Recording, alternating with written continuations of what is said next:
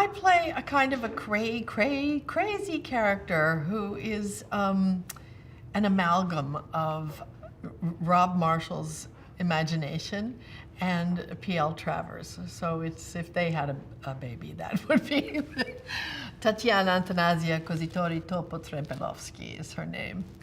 And she is Mary Poppins' cousin, many times removed. But she's a character who is an eccentric. She's, I would say, like a gypsy kind of character who runs a fix-it shop in the center of somewhere in London, imaginary London.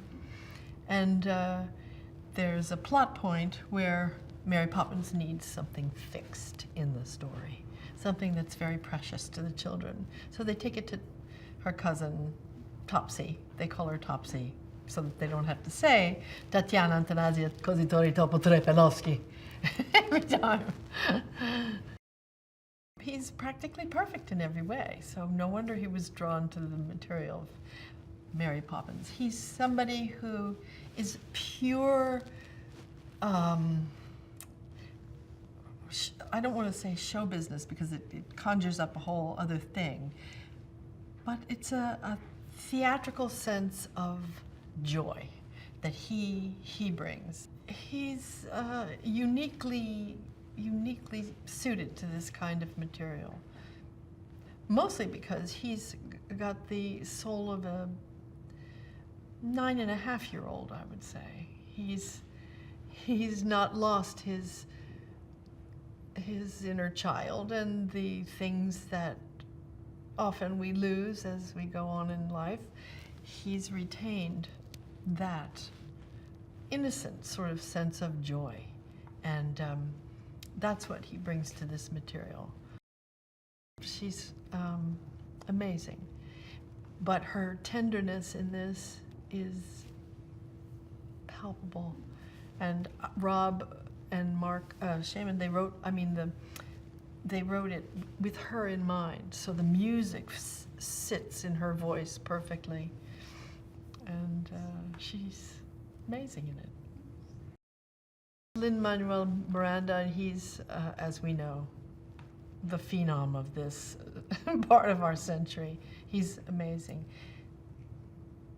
So much creativity contained within one human being, but his gift to this production is just something very pure in his spirit.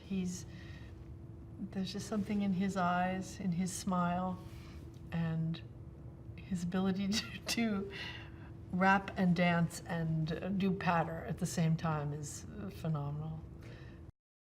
At the screening yesterday, one of the little children said, "I love the colors!" And it's really true.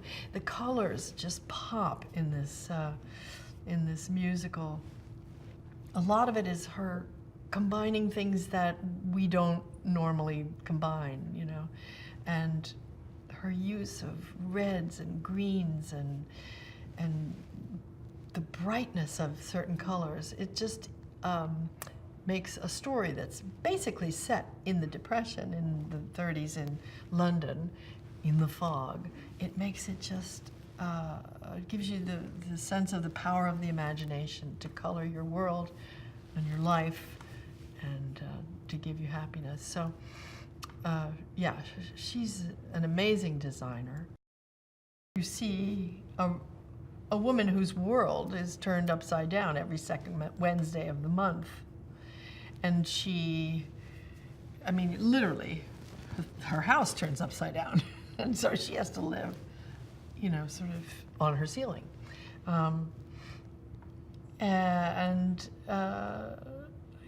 The disorientation of that, it's just a great metaphor for when your world is upended by whatever comes along.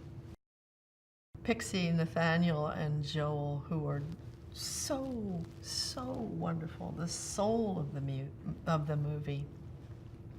And they were so, they're such bright little people, and they were so focused.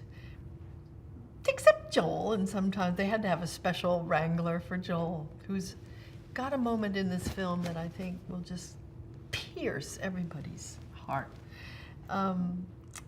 But they were so focused and smart and interested. He always had ideas about how things should be staged. I think he was 4, you know, when they began.